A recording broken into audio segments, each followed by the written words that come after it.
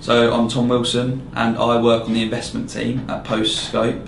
I work over certain media agencies who they employed by certain clients. So I work on clients such as RBS, Mercedes, Toyota, etc. So although we work in similar areas, well, in very similar areas, our jobs are ever so slightly different. Yeah, so I'm Sophie and we are effectively on the same team, but I work across the likes of Santander, Guinness, British Airways and clients like that. Our role is effectively we get given a pot of money for these various clients and we have to spend that money in out of home, and that money can vary from £100 to £10 million, and we are deciding what is done with it and how to negotiate a good price for that client. And people ask what is out of home because it's quite a broad statement, but the way we kind of summarise it is it's any advertising opportunity which is outside of the home. So it could be in a rail station, in an airport, on a bus, when you're just walking down the side of the road. So in that respect for us it's vast, and the people we can target is huge.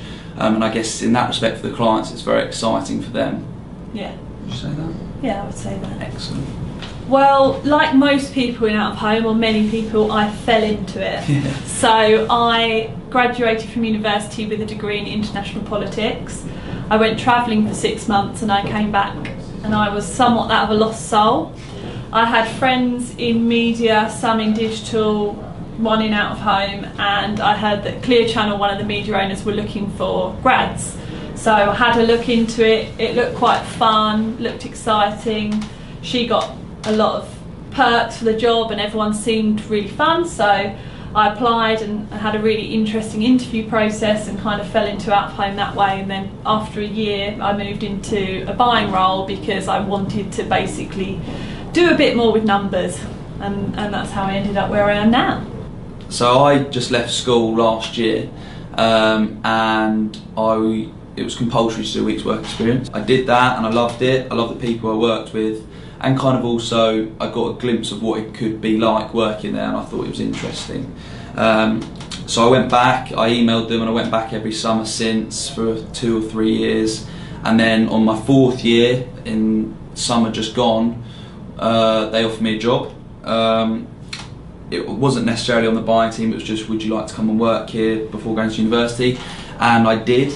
University wasn't for me, and I jumped at the chance to kind of get involved because I knew it was something that I wanted to do. So like Soph said, we get the money, so the client will tell us how much money they want to spend on a campaign.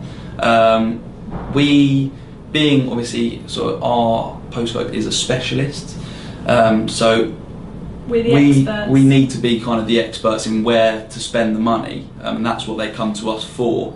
Because a lot of people say, oh, you're basically the middleman, can't the client go straight to the media owner who own the billboards?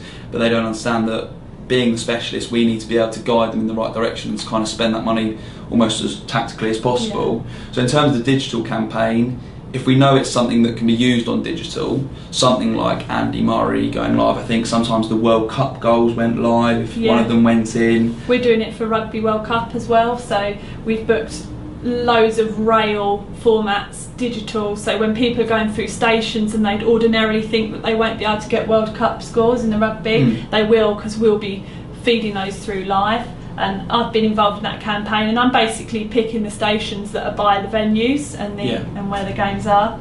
And also we know how much it costs, and if they don't have enough money, then unfortunately it's not gonna work. One of the main challenges for out of home is because it's what we call a fixed medium. So if you're thinking of billboards, there's 10,000 in the country and they are there. You can't build any more. You can, but you can't immediately build any more. So we work on a 2-week in charge, so billboards are posted every 2 weeks, and if they're all sold for that 2 weeks, then there's not a lot we can do about it. So we really struggle sometimes with the inventory because people want more than is there.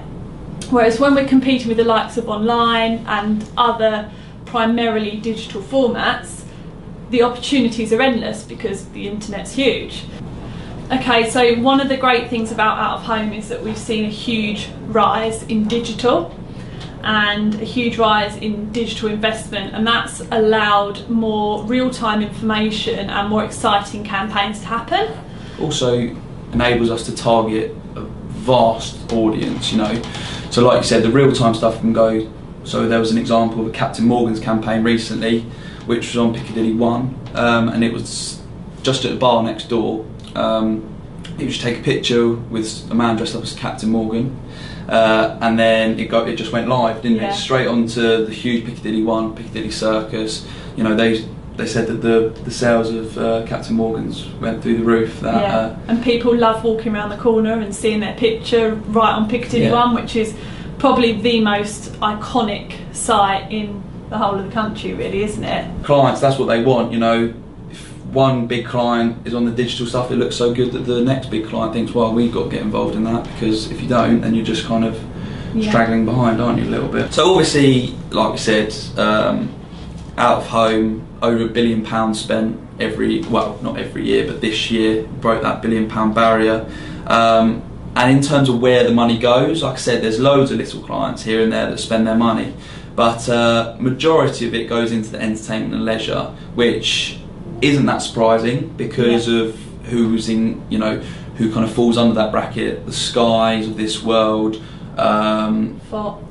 Fox, yeah, and then we move on to the second biggest, which is telecoms, which again, Talk, Samsung, you know, Vodafone, all of these huge mobile brands that spend, you know, lots and lots of money in the industry.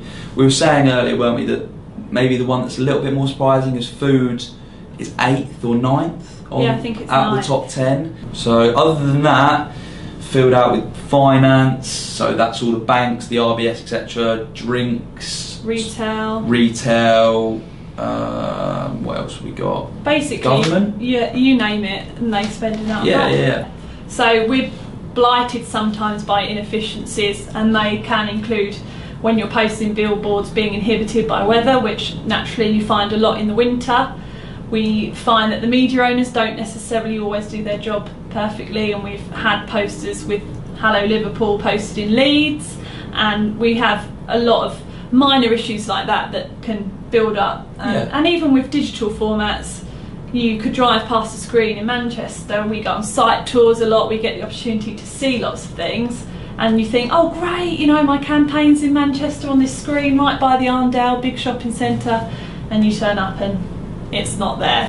There's other creative issues that we've had, you know. Offensive messaging. Yeah, so loads. You wouldn't believe some of the things that these clients try and get approved. Where is out of home going? I think the good thing about out of home is to know that it's probably not going anywhere, because there are so many formats, and it's trying to keep up with the Joneses and the modern world. So out of home's here to stay. It's only going one way as well, isn't it? You know. Yeah, and it's growing every year. Yeah, absolutely.